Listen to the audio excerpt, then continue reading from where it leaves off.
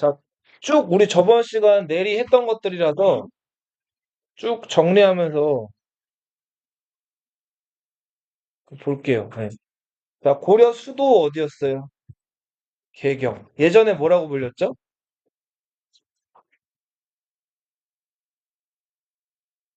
고려는 후삼국을 통일하고 건국이 됐어요. 누가 통일했어요? 왕건이 건국했죠. 보여요? 작아? 네.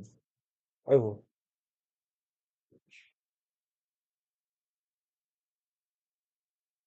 자, 왕건은 스스로도 호족이었죠.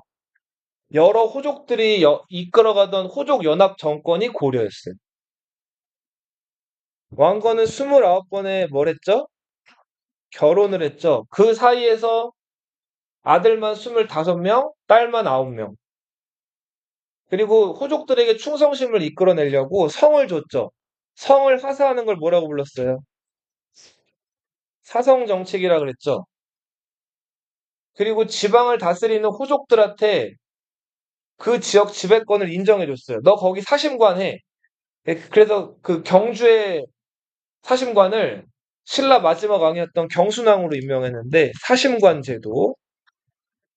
그리고 호족들의 자식들이 반란 일으킬 수도 있기 때문에 자식들을 개경에 와가지고 살게 했어요. 인질 잡는 거. 기인 제도. 자, 이런 것들을 왕건은 하면서 호족들을 어루고 달랬어요. 채찍질도 가하고. 왕건은 고구려의 마지막 수도였던 평양을 중시해서 자, 평양을 서쪽의 수도라고 불렀죠.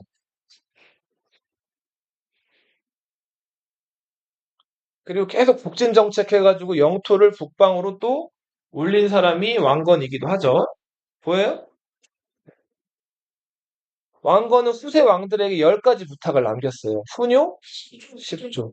불교를 중시해라. 조선대사가 얘기한 곳에다가 절을 지어라. 그리고 자, 우리 그 거란이랑은 친하게 지내지 말아라. 만부교라는 다리에 거란이 보내온 낙타를 매놓고 굶겨 죽였죠. 만부교 사건. 왕건이 죽은 다음에 왕건의 큰아들 왕무가 혜종으로 즉위했는데 문제는 뭐 고려사 기록에 의하면 병약하다가 나와 있다 그랬죠. 근데 병약했는지 어쨌는지 잘 모르겠지만 아무튼 왕건 죽고 나서 왕건 자식들끼리 치열하게 왕위쟁탈전이 벌어져요. 자, 거기서 최종 승자격이었던 인물이 광종이었죠. 이 광종은 7년 동안은 정관정교라는 책만 읽으면서 조용히 힘을 기르다가 이제 재위 7년째부터 호족들의 힘을 빼는 정책을 시작을 해요. 억울하게 노비가 된 사람들을 조사해서 풀어줬죠, 양민으로. 노비, 안 검고. 그리고 이제 시험 봐가지고 인재를 선발하는 과거제도. 왕족, 귀족, 호족 가릴 것 없이 무자비하게 다 제거했어요. 이걸 수청이라고 부른다 그랬죠? 광종이 죽고 나서 광종의 아들 경종이 즉위하는데 경종 때는 이제 왕실에 대드는 사람들 다 꺾어놨단 말이에요. 왕을 중심으로 해서 1등부터 9등까지 순위를 매겨서 공무원들 월급 주는 시스템을 만들어요. 그게 전식과 전지는 농사 짓는 땅, 시지는 땔감을 얻을 수 있는 임야, 산을 얘기해요. 산. 이런 것들을 등급에 맞게 1품부터 9품까지 나눠주는. 왕권이 약하면 이런 거 할 수 있어요, 없어요? 못하죠. 왕권이 세졌으니까 눌러놓고 신하들 이렇게 나눠서 주는 거예요. 경종이 6년 만에 죽었는데 아들이 2살이었어요. 2살짜리가 왕하기가 어렵죠. 그래서 경종의 사촌 동생이었던 성종이 즉위하게 됩니다. 자, 경종은 광종의 아들이었다면 성종은 왕건의 또 다른 아들이었던 왕욱의 자식이었어요. 그 성종이 자기가 왕 된 다음에 살아생전에 왕이 아니었던 자기 아버지를 왕으로 높였다 그랬죠. 추존했다 그랬죠. 대종 왕욱의 아들이죠. 성종은 나라 체제, 고려 체제를 어느 정도 완성시킨 왕이에요. 최승로라는 사람의 건의를 받아들여서 자, 불교 힘을 좀 빼고 유교적으로 나라를 다스리자는 건의를 받아들였죠. 시무 몇 조? 28조. 이때 최승로의 건의, 청컨대 지방관을 파견하소서. 그래서 지방에 먼저 광역시들을 만들었는데 우리 서울 다음에 큰 시들이 광역시잖아요. 고려판 광역시는 뭐라고 불렀어요? 이렇게 불렀죠. 목이라고. 목을 몇 개 만들었어요, 지방에? 12개를 만들었죠. 지방에 몇 목을 만들었다고요? 12목을 설치했죠. 그리고 여기에다가 왕의 말에 충성하는 지방관들을 보내기 시작했죠. 여러 가지 제도 개혁도 이루어졌는데 먼저 중앙 수도 개경에서는 당나라 송나라 것들을 본따 가지고 삼성 육부가 아닌 몇 성 몇 부? 이성 육부제.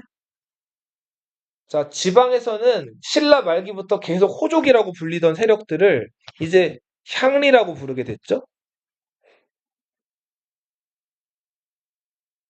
자, 성종이 이렇게 나라 체제를 잘 만들어가고 있을 때 거란이 쳐들어왔어요. 자, 이때 서희가 나섰죠.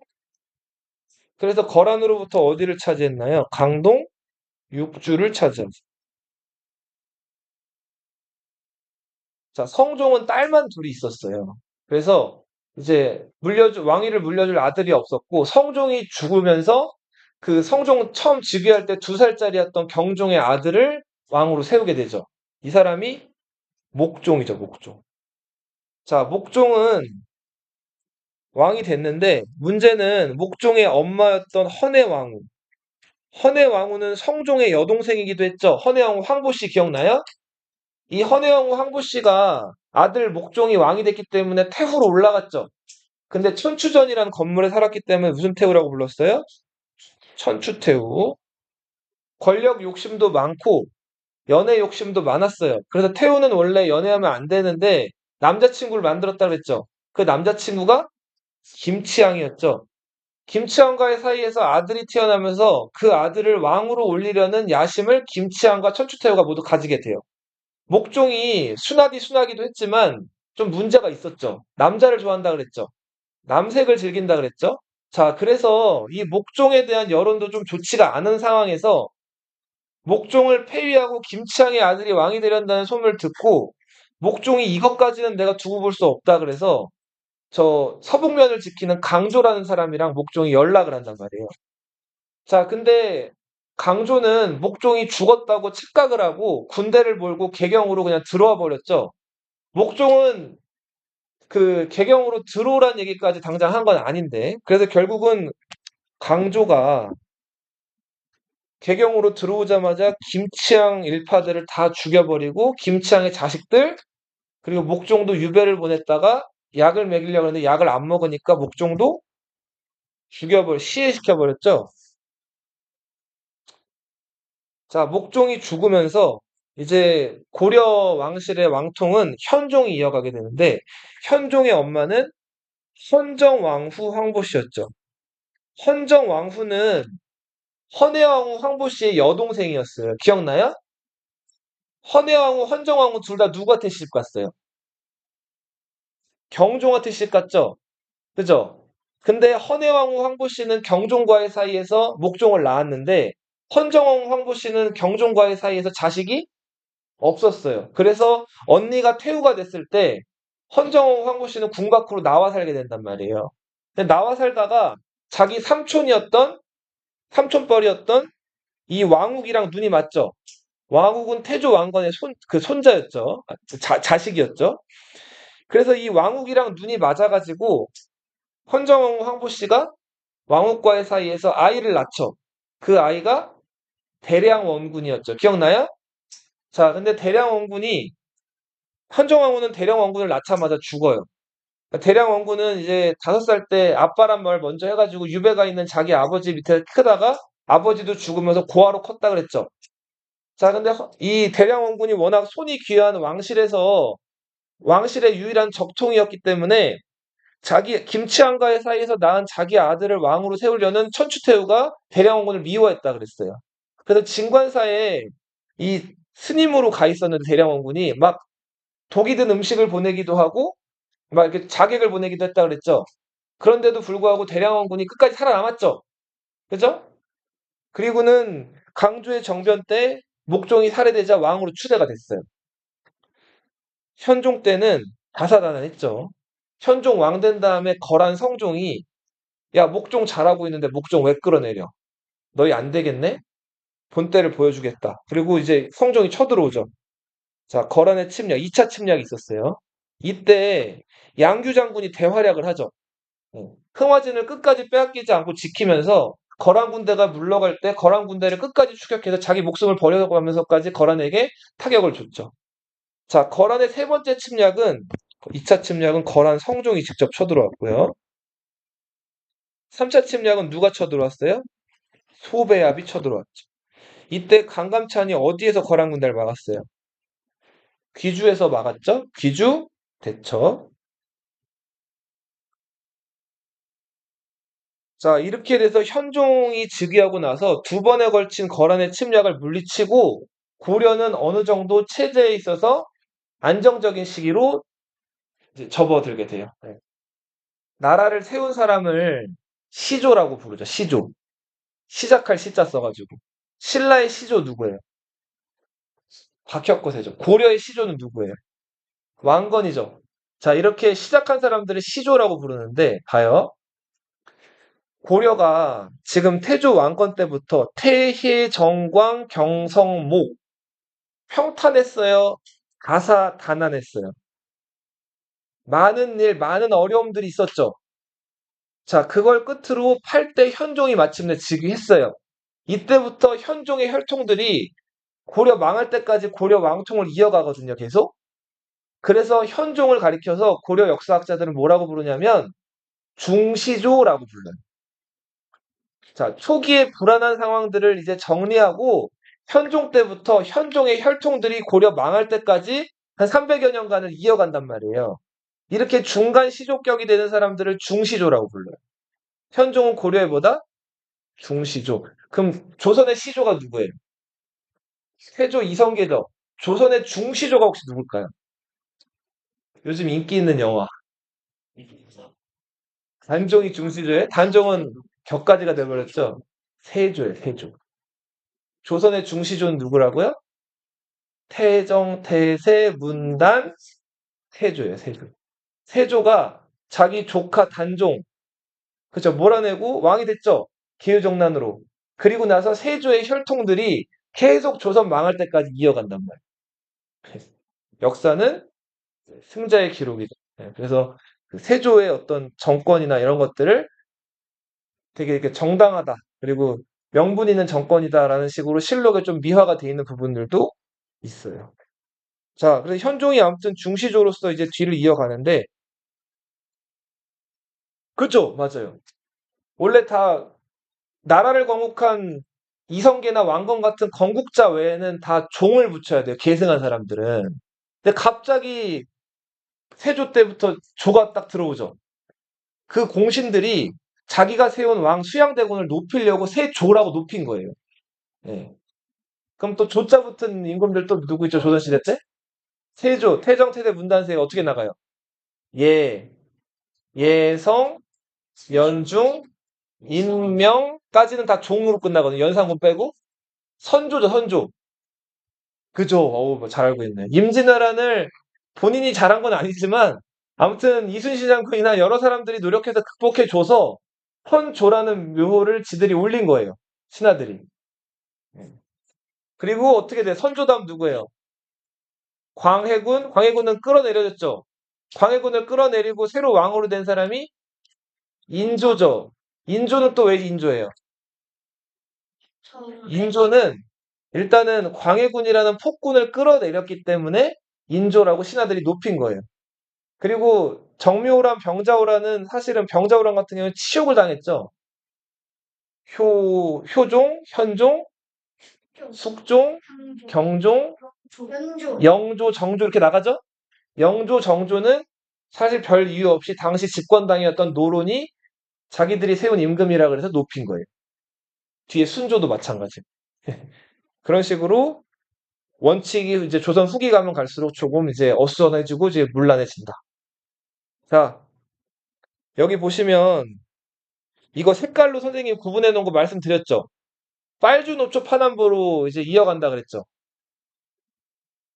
빨주는 아버지 아들 관계죠. 주노도 무슨 관계예요? 아버지 아들 관계. 노랑 초도 무슨 관계예요? 아버지 아들 관계죠. 그죠? 초파 이렇게 나간단 말이에요. 그다음 보라색부터 다시 빨간색 돌아오면 또 아버지 아들 관계죠? 여기 보시면 현종 노란색으로 돼 있고 9대, 10대, 11대 덕종, 정종, 문종 다 무슨 색깔이에요? 다 초록색이죠. 그리고 아버지 다 누구예요? 현종이죠. 네. 이 현종의 아들들이 형제로서 계속 왕위를 이어가는데 그럴 수밖에 없었던 게 덕종이랑 덕종 19살에 죽고 정종이 20대 중반에 죽어요. 다 너무 일찍 죽죠. 자, 그래서 이렇게 이어가다가 문종이 비로소 30여 년 정도 왕을 해요. 그리고 60 넘게 사는데 자, 요 시기는 왕들은 뭐 좀 형제끼리 계승되고 했지만 특별하게 뭐 그렇게 전쟁이 있었거나 아니면은 뭐 어려운 일이 있었거나 한 게 없었다고. 비교적 평화로운 시절이었어요. 태평성대라고 부르죠? 네. 지금 같은 시기예요. 지금 같은 시기. 지금 뭐 우리나라에 전쟁 없죠. 네. 우리나 뭐 그쵸 휴전 중이죠. 네. 웬만하면 뭐 태어나면은 뭐 누가 우리를 죽일 위험은 별로 없잖아요. 그런 시대가 요 시대였고 요 시대를 오늘 좀 배워볼 거예요. 자, 뒤에 그림으로 좀 가보세요. 저번 시간에 이거를 못했는데 고려 현종 때 고려가 체제 정비를 하면서 자, 고려를 이렇게 나눠요. 자, 보세요. 먼저 저기 쳐들어올 만한 곳은 이제 거란족이 있고 여진족들이 사는데 얘네가 언제든지 국경을 위협하고 쳐들어올 수 있잖아요. 얘네를 막기 위한 군사행정구역을 만드는데 이거를 계라고 불러요. 뭐라고 부른다고요? 계.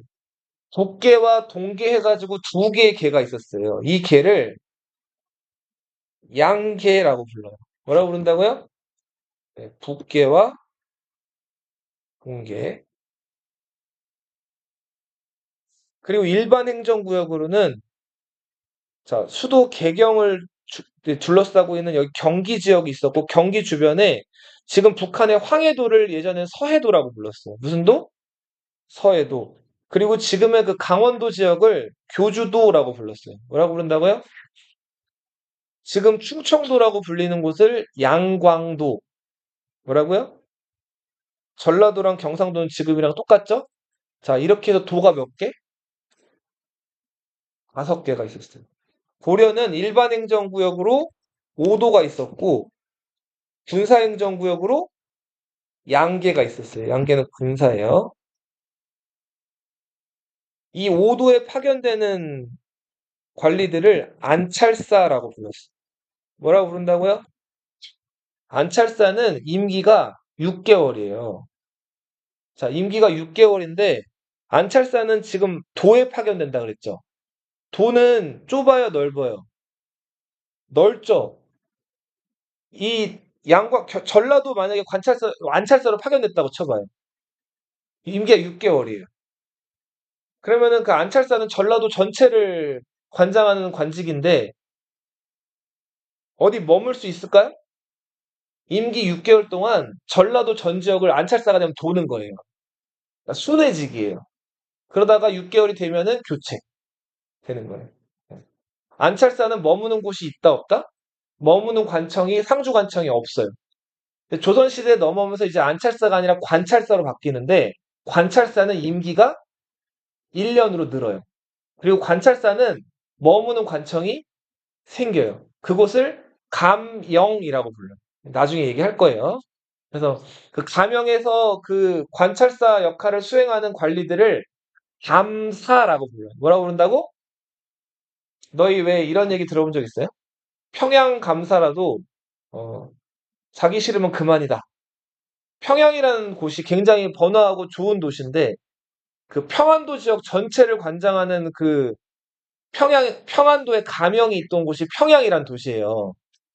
평양 기생들도 이쁘다 그러고 막 아주 평양이 물자도 많이 모이는 굉장히 그 노른자 좋은 곳인데 평양의 책임자를 평양 감사라고 조선시대 때는 불렀어요. 고려시대 때는 안찰사라고도 불렀다. 자, 오도 양계. 그리고 여기 조그맣게 보면은 그 삼경이라고 나와 있죠. 고려 수도는 어디 있어요? 여기 있죠, 여기? 뭐예요? 개경이죠. 그 개경 주변에 노랗게 이렇게 개경을 둘러싸고 있는 지역 있죠. 지금 우리 서울을 둘러싸고 있는 이 도가 무슨 도예요? 경기도죠. 이때는 경기도라고는 안 하고 그냥 경기라고 불렀어요. 서울 경자 써가지고. 수도 개경을 둘러싸고 있는 이 지역을 뭐라고 불렀다고요? 경기라고 불렀어요. 그리고 개경을 포함해가지고 중요한 지역에 삼경이라고 해가지고 세 개의 수도가 있었는데 개경 포함이에요. 우선 왕건 때부터 중시했던 그 평양 뭐라고 불렀어요? 서경이라고 불렀죠? 그리고 멸망한 신라의 수도 서라벌을 뭐라고 불렀어요? 동경이라고 불렀어요. 그러다가 개경 아래에 여기 지금 양주목이라고 되어 있는 곳, 네. 여기가 지금 우리 살고 있는 이 서울 다 포함한 지역이거든요. 여기를 고려시대 때 양주라고 불렀는데, 자, 요 지역이 명당이란 얘기가 나오면서 동경을 경주라고 해가지고 수도 지위에서 탈락을 시키고, 이 지금 양주목이 있던 한양, 여기를 한양이라고 불렀거든요. 한강의 위라 그래가지고, 이 한양 지역을 남쪽의 수도라고 해서 남경이라고 높여요. 그러니까 다시 정리를 하면 고려 초기의 세 개의 수도는 개경, 서경, 또 어디였어요? 동경이었죠. 그러다 고려 중기에 한양이 명당이란 얘기가 나오면서 고려의 세 개의 수도 개경, 서경, 동경이 탈락하고 경주로 뭐가 된다고? 남경. 이렇게 삼경이 바뀌죠. 그리고 아까 성종 때 지방관 파견하기 전에 먼저 지방행정구역을 만들었다 그랬죠. 지금으로 치면 광역시들을 만들었다 그랬잖아요. 그걸 뭐라 그랬어요? 한 글자로. 목이라고 불렀다 그랬죠. 목? 네. 12개의 목이 만들어졌다 그랬죠. 무슨 목? 12목.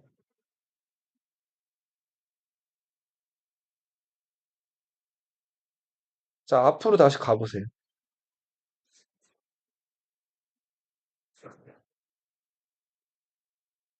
자, 지금 요즘에 너희도 잘 겪고 있겠지만 요즘 세상에서 제일 최고로 유리한 게 어, 어떻게 태어나는 게 가장 유리하죠? 어, 부모 잘 만나는 게 제일 유리한 세상이죠. 그쵸? 부모한테 뭐 노력 이런 거 강조하지만 너 일단 10대, 20대 때 가장 중요시 여기는 가치가 뭐예요? 10대, 20대 때 돈인가? 솔직히 얘기해, 솔직해져 보자. 친구, 구라치지 마. 뭐야, 외모잖아요. 외모 예쁘고 잘생긴 게 전부죠.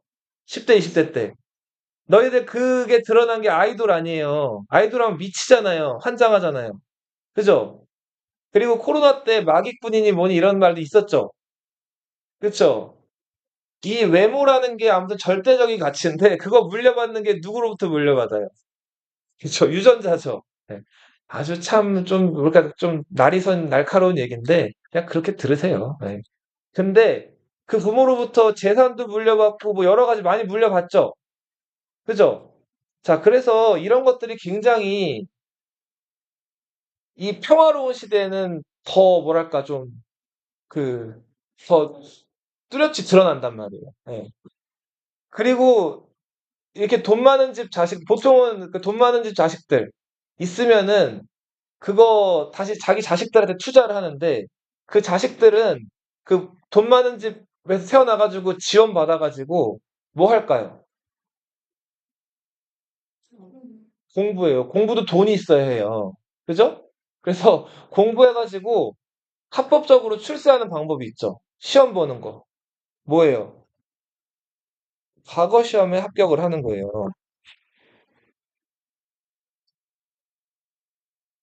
그러면은 이제 관직에 나가게 되고, 이때 공무원은 지금 공무원이랑 하늘과 땅 차이예요. 지금 공무원은 월급쟁이지만, 이 당시 공무원도 월급쟁이긴 한데, 99.9%가 농사 짓는데, 혼자 그 관복 입고, 붙들고, 아는 것도 많고, 왕의 명령을 받아가지고 이거저거 막 명령할 수 있는 정말 높은 사람이란 말이에요. 출세하는 거죠.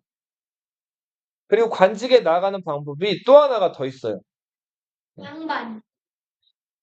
부모백이 있어요. 맞아요. 방금 계속 얘기했죠. 자, 아버지가 5급 이상의 고위 공무원이면, 아버지가 은퇴할 때 자식이 공부도 못하고 아무 능력도 없고 해도 자식이 그냥 벼슬길에 나아갈 수가 있어요. 이런 제도를, 그래, 낙하산이에요. 아주 그 전문용어가 많이 나오네. 자, 부모백 전문용 낙하산. 이걸 음서라고 불러요. 뭐라고 부른다고요? 음서. 자, 음이 조상님을 뜻해요. 노력을 하지 않아도 단순히 고위공무원 자녀라는 이유로, 자, 아버지가 은퇴하거나 죽었을 때 아버지 자리를 아버지 직계존속 한 명이 이어받을 수가 있어요. 이거를 뭐라고 부른다고요? 음서라고 불러요. 그리고 심지어는 그 음서로 관직에 나간 사람들은 9급에서 시작하더라도 결국은 높은 5급, 6급, 자, 5급, 4급, 3급 위로 올라가는데 제한이 없어요. 시험 봐서 관직에 나간 사람이나 음서로 관직에 나간 사람이나 출세하는데 별 차이가 없어요. 물론 출세에는 여러 가지 또 변수가 있지만 아무튼 음서 출신이라고 해서 특별히 시험 보지 않았다는 걸로 차별받지를 않았다는 거. 고려는 어떤 사회였다는 거? 귀족. 귀족 사회였다.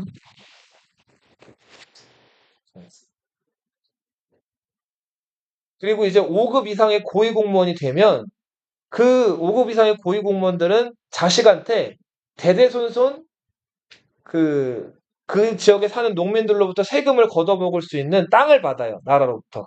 그 땅을 공음전이라고 불러요. 여기서 음도 무슨 음자일까요? 조상님을 뜻하는 음이에요. 중요하네. 그래서 고려시대 때는 이런 그 부모님 배경이나 백이 굉장히 중요시되던 사회가 고려 사회였고, 이런 과정에서 이렇게 출세해가지고 고위관직을 차지하던 개경의 귀족들을 부르는 표현이 문벌 귀족이었어요.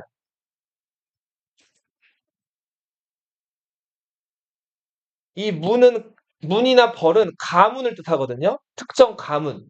방금 말씀드린 대로 더 올라가자면 흥삼국 통일의 공신인데 광종의 수청을 피한 살아남은 개경에 머물게 된 일부 그 귀족들, 그리고 지방에서 향리들은 그래도 지방에서 돈들이 있기 때문에 자식한테 투자해서 자식들이 지방에서 열심히 공부해가지고 과거 시험에 합격한 거예요. 그 다음에 개경으로 들어와서 한 자리 차지하게 된, 자, 이 그룹들을 뭐라고 불렀어요? 문벌 귀족. 대표적인 문벌 귀족 가문, 그 경원 이 씨가 있어요. 경원을 고려시대 때 뭐라고도 불렀냐면, 뭐예요? 인주라고도 불렀어요. 자, 인주는 나중에 고려시대 때 주라는 행정구역 이름을 다 천으로 많이 바꾸거든요. 인주가 어딜까요? 인천이에요, 인천. 이 씨는 인천 이 씨예요. 과주라는 지역도 나중에 주자가 빠지고 천이 붙거든요. 과천 들어봤죠? 네. 이렇게 고려시대 때 지금 우리가 알고 있는 익숙한 지명들로 바뀌는 도시들이 많아요. 네. 자, 그래서 아무튼 경원 이 씨. 자, 이 집안의 대표적인 인물은 이자연이라는 사람이 있어요. 이 이자연이라는 사람은 본인도 과거 시험 장원급제를 하고 원래 집안도 좋았는데 과거 시험 급제해가지고 출세가도를 달린 사람이에요. 이, 자, 예나 지금이나 부자들이 결혼할 때 가난한 사람들이랑 결혼할까요? 아니죠. 부자들은 누구랑 결혼해요? 부자들이랑 결혼해요. 왜 그럴까요? 재산이든 뭐든 더 증식시키기가 좋죠. 그래서 부자들은 부자들끼리 결혼해요. 재벌들은 재벌들끼리 결혼하고. 그게 차이가 맞지 않은 상태에서 결혼을 했을 때 굉장히 여러 갈등이나 문제점들 많이 발생을 하죠. 그래서 아무튼 이때 당시에 이 귀족들도 자기들 재테크 차원에서 혼테크라고 하죠. 자, 이런 차원에서 부를 늘리려고 자기들끼리 결혼하거나 더 좋은 거. 나라에서 제일 부잣집 가문. 그래. 왕실이랑 결혼을 하는 거예요. 이 귀족 가문들이 경쟁을 했던 거는 어디랑 결혼하는 거? 아, 왕실과 통혼. 통해서 결혼한다 이런 뜻이에요. 이거를 가장 중시해요. 또 안 보여? 네. 이게 빛이 좀 나나? 좀 불을 다 꺼볼래?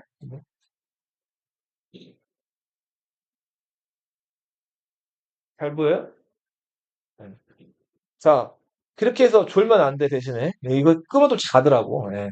자, 그래서 왕실과 이제 이렇게 통혼하는 거, 그리고 자기들끼리 결혼을 하는 거예요. 그래서 끼리끼리 이제 이걸 재산이든 관직이든 이걸 물려주는 건데, 자, 경원 이씨 가문에는 이자연. 이자연은 아까도 얘기했듯이 장원급제했고, 출세한 다음에 자기 자식들, 딸 셋을 이 문종한테 다 시집을 보내요. 그래서 큰 딸, 작은 딸, 셋째 딸이 다 왕비였어요. 자, 만약에 봐봐. 이 자기 딸이 왕비가 되면 그 자기는 왕의 뭐가 돼요? 음, 장인어른이 되는 거죠. 그죠? 그죠? 왕이 자기의 사위가 되는 거죠. 그리고 만약에 자기 딸과 왕 사이에서 자식이 태어났어요. 그럼 그 자식이 뭐 아들이 태어났는데 왕이 됐으면은 그 왕이 자기의 외손주가 되는 거죠. 자, 이렇게 왕의 외갓집 식구들을 두 글자로 뭐라고 하죠? 외척이라고 부르죠. 외척. 네. 그러니까 이자연은 본인도 출세를 했지만 외척으로서도 어마어마한 권세를 누린 사람이에요. 그리고 그 이자연의 손자가 다음 시간에 배울 이자겸이라는 사람이에요.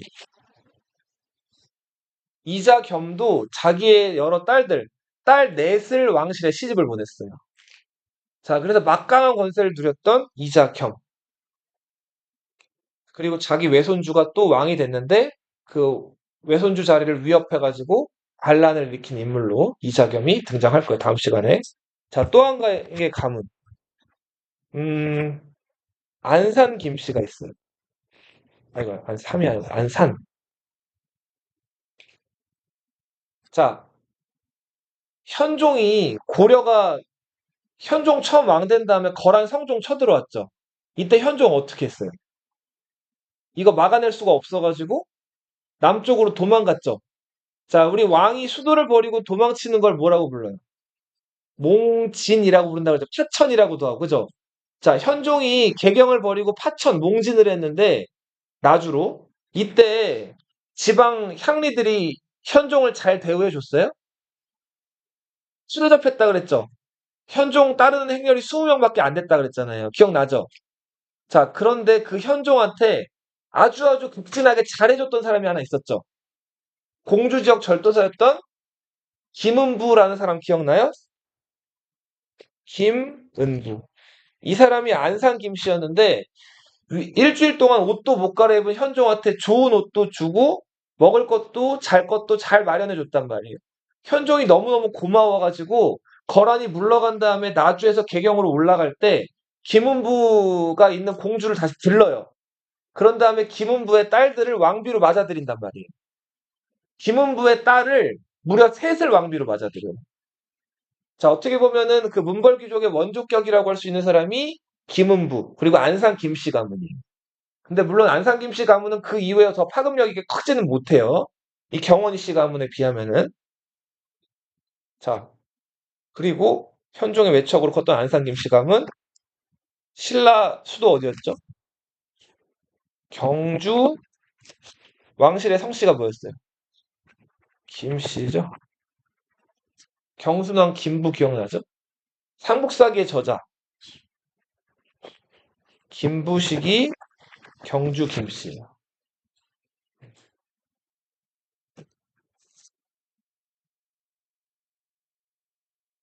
그리고 이 사람은 왕건이 후삼국 통일할 때 공을 세웠던 윤신달이라는 사람이 시조인 가문인데 파평 윤씨. 윤씨 있나 여기? 없나? 응. 파평 윤씨도 명문 가문이. 파평이 파주예요, 파주. 파주 들어봤어요? 네. 대표적인 인물이 윤관이라는 사람 혹시 들어봤어요? 별. 별무반. 그렇죠. 여진족 정벌했던. 네. 그리고 해주 최씨. 해주는 저 북한에 있어. 황해도에 해주라는 도시가 있습니다. 해주 최씨의 대표적인, 네. 있어? 최충이라는 인물이 있어요. 최충은 좀 설명을 할게요, 또. 자, 이런 사람들이 이제 왕실과 통혼하고 과거급제하거나 음서로 관직에 진출해가지고 자기들끼리 개경해서 막강한 권력을 누렸다. 그리고 권력 있는 사람들은 예나 지금이나 뭘 살까요? 금. 금을 사기도 하고 또 집. 집을 어디에다가 지어요? 땅을 산다고. 예나 지금이나 뭘 산다고요? 부동산에 투자를 하는 거예요. 요것도 하나 상식, 막간 상식. 왜 땅 관련된 거 집 사고 팔고 할 때 부동산 통해서 하죠? 부동산이 뭘까요? 부동산. 아, 이거 의미를 좀 해석해 보자. 이 집 팔아, 저 집 팔아 맞아요. 예. 구가 뭘까? 구. 아니 부. 아니다예요. 동은 뭘까요? 동. 집. 움직일 동이. 산은 뭘까? 산. 재산. 움직이지 않는 재산이란 뜻이에요. 그게 뭐라고요? 부동산. 이거 땅, 땅. 부동산. 그러면은 돈, 금 이렇게 사람 사이에 유통되거나 왔다 갔다 하는 것들은 동산이에요. 그렇죠? 네, 상식적으로 돈도 마찬가지고. 네. 자, 돈도 돌고 돈다 해서 돈인 거 알죠? 처음 들어보니? 네. 네. 동산이에요, 움직이는 것들. 자, 이거 여기 고려 중기 왕들 쭉 한번 볼게요. 덕종 19살에 죽었거든요.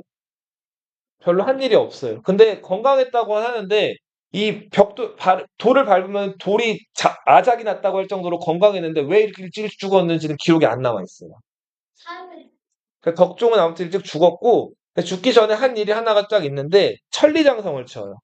거란의 3번에 걸친 침략을 막아내고 고려가 천리장성을 쌓았어요. 자, 천리장성은 이렇게 있으면 이렇게 쌓았거든요. 압록강 하구부터 원산만에 이르는 곳에 이렇게 쌓았는데 봐요. 거란이 여기 살고 거란 막기 위해서 쌓았을까요? 집. 거란보다도 자주 고려를 넘나드는 여진족을 의식해가지고 쌓았다는 게 더 정설이에요. 근데 아무튼 거란 침략 이후에 이 천리장성이 만들어진다. 고구려 천리장성과는 다르죠, 위치도. 자, 그리고 거란과도 3번의 침략 과정에서 치고받고 하다가 한동안 사이가 안 좋았다가 덕종에 이은 정종 때는 다시 거란과 국교가 회복이 돼요. 자, 덕종, 정종이 다 금방 죽는데 덕종, 정종은 아까 그 안산 김씨 김은부, 현종을 도왔던 김은부의 큰딸 원성왕후의 자식들이에요. 근데 안타깝게도 둘 다 자식도 없고 일찍 죽었고 김은부가 자기 둘째 딸을 또 시집을 보냈는데 원희의 왕후예요. 그 원희의 왕후와 현종 사이에서 낳은 자식이 문종이에요. 문종은 30년 넘게 왕노릇을 하면서 자, 고려가 되게 안정기에 접어드는데 큰 역할을 하는 왕인데 이런 시기를 태평성세라고 하죠. 지금 같은 시기, 전쟁 없고.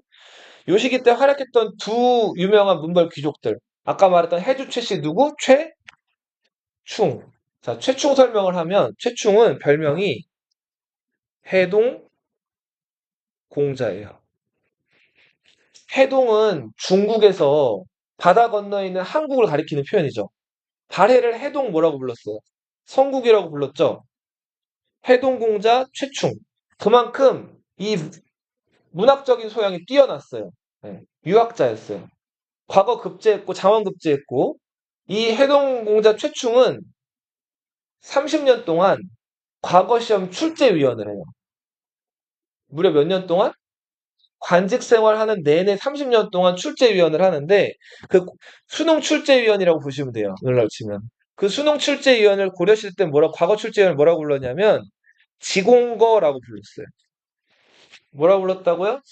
지공거. 자, 근데 이 사람이 60이 넘어서 은퇴를 해요. 은퇴한 다음에 이 사람이 뭐 했을 것 같아요? 어? 책 만들어요. 책도 썼나? 네. 뭐 했을까요? 더 다른 거. 너무 잘. 학원을 차려요. 최충이 뭘 했다고요? 학원을 차려요. 자, 지금으로 비교를 해볼게요. 수능이 94년부터 시작됐거든요. 지금 2026년이죠. 32년 지났죠. 32년 동안 수능을 출제하던 교수님이 은퇴하신 다음에 학원을 차린 거예요. 네. 쪽집게 학원을 차린 거예요. 어떻게 될까요?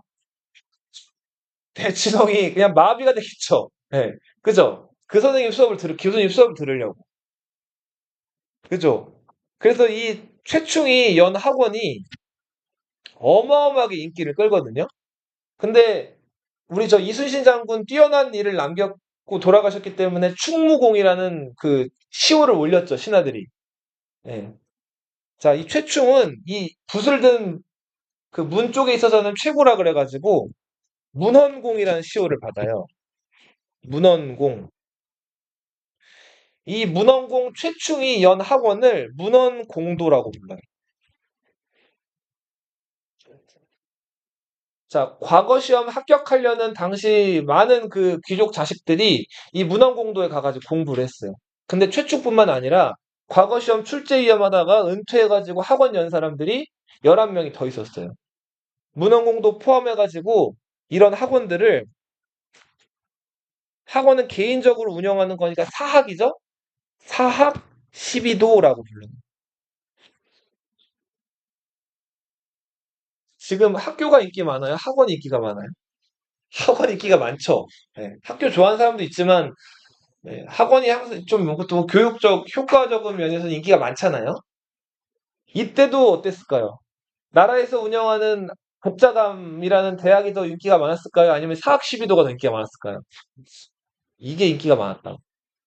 그래서 나라에서 걱정을 많이 하게 돼요. 그래서 지금 하도 사교육을 많이 받으니까 나라에서 세금으로 교육방송 같은 거 운영하죠. EBS. 비싸 벌써요. 세금으로 운영되어 있죠. KBS, EBS는 국가 거죠. 교육방송. 네. 네. 사교육을 돈 많은 사람 자식들이 학원 보내고 자기 자식만 잘 키우려고 이렇게 보통 사교육에 판치니까 그거를 나라에서 좀 뭐랄까 이렇게 제어하고 공교육을 살리기 위해서 EBS를 만든 거잖아요. 네. 그런 것처럼 이제 나중에 고려에서도 관학 그러니까 국가에서 운영하는 학교나 이런 것들을 키우기 위해서 특별 강의나 이런 것들을 막 만들게 돼요. 도서관도 만들고. 근데 고려 망할 때까지 뭐가 더 잘 됐다?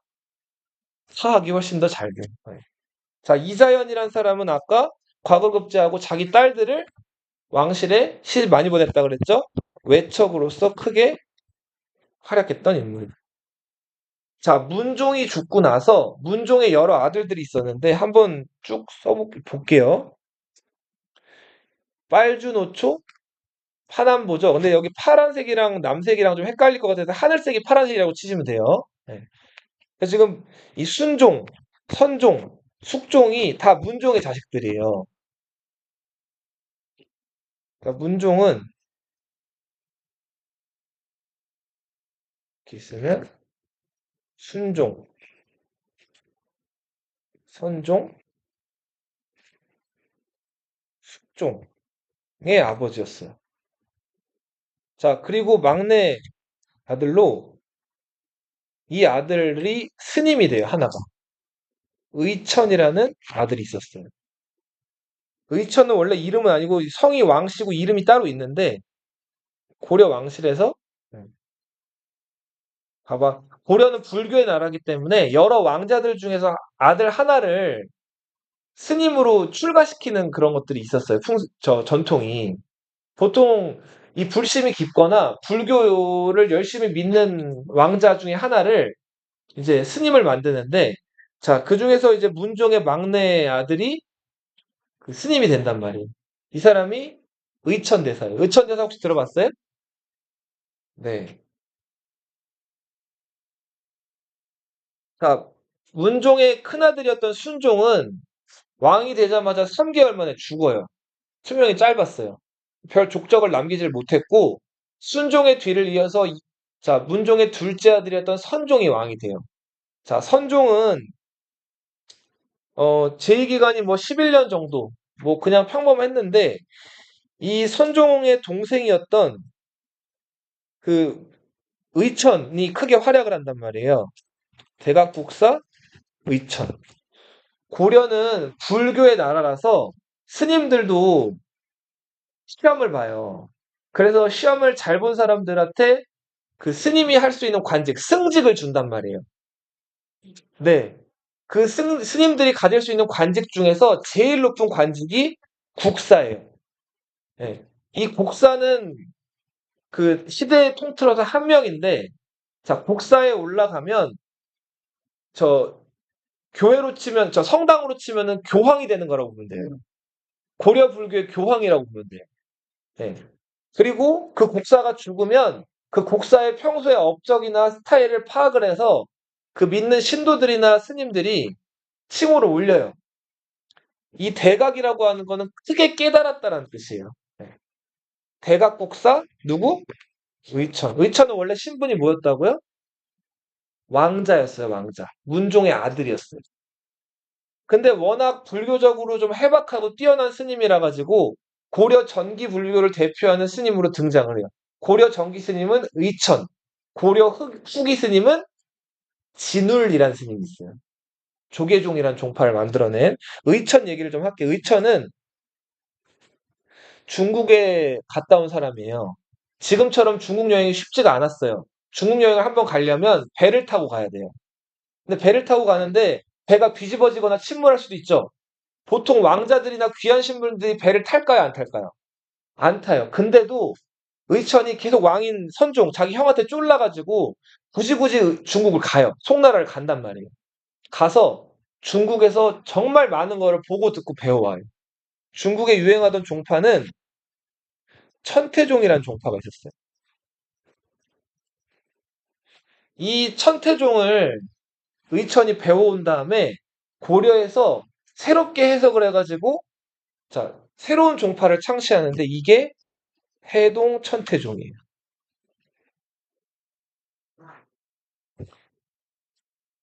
자, 그리고 이 의천은 부처님 말씀이나 이런 것들 담긴 교리서, 이런 게 중국에 많이 있었단 말이에요. 이런 것들을 베껴오기도 하고, 송나라 황제로부터 양해를 구해가지고 받아오기도 한단 말이에요. 자, 부처님 교리를 모아놓은 교리 해설서를 교장이라고 불러요. 이 교장을 의천이 많이 가져와요. 의천이 중국에 가보니까 중국 사람들은 돈을 쓰고 있어요. 자, 돈으로 물건들을 막 사고 팔고 상업도 발달해서 거래하고 있었다. 근데 고려에 와보니까 고려 사람들은 자, 돈을 거의 쓰질 않아요. 고려 사람들은 그러면은 이제 주로 뭘 쓸까요? 그쵸. 물건을 구매할 때 쌀을 가져가가지고 자기 필요한 물건들이랑 교환을 한다고. 물물 교환을 하는 거예요. 자, 그렇게 해서 돈이 많이 유통이 안 되던 게 고려 사회였는데 왜 그랬을까요? 자, 중국은 기원전 춘추전국 시대 아주 먼 옛날부터 그 상업이 많이 발달을 했어요. 자, 도시에서 생긴 물건들을 다른 도시로 왔다 갔다 넘겨주고 받아오고가 일단 그런 상황이 많았단 말이에요. 그게 가능했던 것이 길이 잘 발달돼 있어서 도로가. 그래서 도시 대 도시별로 이제 사람들이 왔다 갔다 하는 것들이 많았는데 고려라는 나라는 그러질 않았어요. 일단 그럴 필요가 없었어요. 대부분의 그 백성들이 다 농사를 지었거든요. 자, 그래서 한번 만약에 여기 지금 일원동에서 태어났어요, 우리가. 99.9%는 다 농민이에요. 그러면은, 자, 여기 일원동에서 태어났으면은, 보통 죽을 때까지 일원동 밖을 나갈까요, 안 나갈까요? 안 나가요. 자, 일원동에서 태어나가지고, 이제 걸음마 하는 단계. 3살, 4살 때쯤 되면은, 엄마, 아빠 논이나 밭에서 일하는 거를 따라가서 같이 일을 도와요. 네, 뭐를 돕는다기보다 배우는 거죠. 그러면서 지금 너희 나이 대충 뭐 12살, 13살 되죠? 더 어린 친구들도 있고. 근데 요 나이쯤 되면은 대부분 농사에 대해서 아주 농사를 잘 짓는 그런 일꾼이 돼 있어요. 왜냐하면 초등학교 때 지금 너희 학교 가서 국어, 수학, 영어 배우듯이 걔네들은 부모님 따라다니면서 농사만 짓는 거예요. 고려시대 사람들은. 그래서 3월에 씨 뿌리고 가을에 추수하고 이런 생활들을 평생 하다가 죽는 거예요. 네. 그래서 자기 그 동네 바깥을 나갈 일이 별로 없어요. 자, 그리고 동네 나갈 일이 없다 보니까 그냥 그 마을에서 생산되는 쌀이나 식량 같은 거, 채소나 이런 것들 먹으면서 그 지지고 볶고 사는 거예요. 그리고 보통 물자나 이런 게 있으면은 그런 거 무거운 것들 있으면은 수레에다 실어가지고 바퀴 달린 수레 이렇게 끌어가지고 이동하면 좋잖아요. 그죠? 근데 그 수레도 이용할 필요가 없어요. 자, 신라, 고려, 조선시대 사람들은 아주 뛰어난 캐리어가 있었어요. 뭘까요? 지게가 있었어요, 지게. 자기 몸에 수십 배 되는 물건들도 거뜬하게 지고 다니는 이동식 캐리어. 이 지게 때문에 길이 잘 돼 있건 안 돼 있건 어디든 이 지게를 메고 다니는 거예요. 그래서 뭐 수레가 다닐 길이라든지 이런 것들 필요성을 느끼지 못해요. 자, 그러다 보니까 불과 우리 지금 2026년이죠? 한 50년 전? 60년 전만 해도 서울 말고 서울 바깥에 경기도나 이런 데만 가잖아요? 그럼 비가 많이 오면 어떻게 될까요? 비가 많이 오면 지금 여기 너희는 다니는 길 보면 다 아스팔트나 벽돌 같은 걸로 아주 예쁘게 포장돼 있잖아요. 그래서 비 오고 나면 하루만 지나면 다 어떻게 돼요? 다 마르죠? 그죠? 근데 시골이나 이런 데는 비가 오면 다 진창이 되는 거예요. 찰박찰박. 네. 그래서 바로 옆 동네라고 하더라도 가기가 어려워요. 신발도 발달이 안 돼 있기 때문에 그냥 지게 메고 이런 데 돌아다녀야 되는데 더욱더 잘 안 돌아다니게 된 거예요. 그래서 아무튼 이런 사회가 우리가 배우는 조선시대, 고려시대, 신라시대였다고. 근데 의천은 일찍이 중국을 가서 이거저걸 보고 배워와서 돈을 써야 된다는 얘기를 해요. 돈을 써야지 물자가 유통되고 돌기 때문에 돈을 나라에서 찍어내야 됩니다. 그래서 주전론. 주는 돈을 만들어낸다는 얘기고 저는 돈전자예요. 돈을 만들어야 된다는 얘기를 형이었던 선종에게 건의를 해요. 자, 요거 얘기만 하고 마칠게요. 선종이 죽으면서 자, 자기 어린 11살짜리 아들한테 왕자리를 물려줘요. 근데 선종의 동생이었던 이 숙종이 야심 있는 인물이었어요. 자, 우리 요즘에 뭐 왕과 사는 남자 유행하고 있죠. 수양대군이 단종을 몰아내고 세조를 즉위했잖아요. 그것처럼 이 숙종도 어린 조카였던 헌종을 몰아내고 자기가 왕이 됐어요. 고려판 왕사남이에요. 예. 아시겠죠? 어린 조카를 몰아내고 단종은 12살이었죠. 헌종은 11살이에요. 11살짜리 조카를 몰아내고 자기가 왕이 된 사람 누구다 고려의 숙종이에요, 숙종. 자, 이 숙종도 역시 누구의 형이에요? 의천의 형이죠. 그래서 의천의 건의를 받아들여서 돈을 찍어내는 기관을 만들어야 되는데 그게 주전도감이라는 돈을 찍어내는 기관이에요. 여기서 먼저 구리로 만든 돈을 찍어내는데 해동통보라는 돈,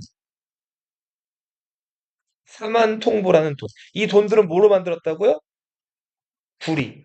50원, 100원짜리 동전이라고 보시면 되는데 자, 고액화폐도 필요하겠죠. 그래서 가치가 아주 비싼 고액 화폐도 찍어내는데 활구라는 돈을 만들어. 활구는 은으로 만든 호리병이에요. 이렇게 왜 이렇게 생긴 호리병들 본 적 있죠? 한반도 모양을 본떠서 만들었다는 호리병인데, 자, 이 은병은 지금으로 치면 5만 원짜리 화폐라고 보시면 돼요. 자, 이런 고액 화폐도 만들었다. 그리고 숙종 때는 한양이 명당이란 얘기가 대두되면서 동경을 경주라고 부르면서 수도에서 탈락시키고 한양 지역을 남쪽의 수도라 그래서 뭐라고 불렀다? 남경. 여진족이 계속 고려를 쳐들어와요. 임간이란 장군을 보내서 막으라 그랬어요. 임간이 졌어요. 윤관이 나섰어요. 윤관을 보냈는데 윤관도 졌어요. 자, 그래서 윤관이 졌지만 다시 숙종한테 나가가지고 여진족 저거 보통이 아니니까 군대를 체계적으로 만들어가지고 여진족이랑 싸워야 됩니다. 윤관의 건의로 특수부대가 만들어져요. 말이 있는 사람들은 말을 가지고 나와서 훈련해라. 신기군. 말이 없는 사람들은 걸어다니면서 싸워라. 신보군. 스님들 중에서 이제 불교 공부 안 하는 그냥 절에서 밥만 축내는 스님들 마귀랑 싸워라. 저항하다. 마귀랑 항마군. 이런 부대들로 조직된 별무반이라는 특수부대가 만들어져. 별무반 숫자 한번 맞춰보세요. 업다운으로 맞춰보자. 5번만에 맞춰보자. 별무반 숫자 5천업. 만. 경솔하게 얘기하지 마세요. 만업, 5만업. 자, 2번 남았어요. 30만 다운. 그럼 1번 남았네? 3번 더 줄게요. 10만. 15만. 15만 업, 17만. 20만 다운. 17만이. 아, 자, 그렇게 해서 여진족 정벌했어요. 그리고 여진족 사는 지역에다가 성을 쌓아요. 동북? 여진족 잘 싸워가지고 위기였는데 고려판 조자룡이 있었어요. 잘 싸우는. 측중경이었어요. 자, 근데 동북구성 너무 지키기가 어려워가지고 1년 여진족들이 계속 돌려달라고 한단 말이에요. 1년 만에 여진족들한테 동북구성 어떻게 했을까요? 다시 돌려줘요. 운영비가 많이 들어가지고. 1년 만에 반환. 근데 문제는 반환해 줬더니 이거 가지고 여진족이 점점 더 세져요. 그리고 흩어져 있던 부족들이 통합되면서 금나라를 세워요. 여진족이 세운 나라 이름 뭐라고요? 금나라는 200년 동안 고려가 하나 아래라고 무시하던 나라였고 부모와 자식벌 정도 되는 상태라고 봤는데 그래서 금나라도 자기네 시조가 고려에서 넘어왔다고 인정하고 자기네 역사책에 써놓을 정도로 고려를 어버이의 나라라고 여겼는데 이제 여진족이 금나라 세우면서 어깨에 힘이 잔뜩 들어가가지고 고려에게 요구를 해와요. 자, 우리 형제 관계를 맺자. 갑자기 부모 자식이 어떤 관계로? 자, 이런 걸 요구해 와요. 근데 고려는 여기에 저항할 힘이 당시에 크게 없었단 말이에요. 다음 시간에 더 할게요.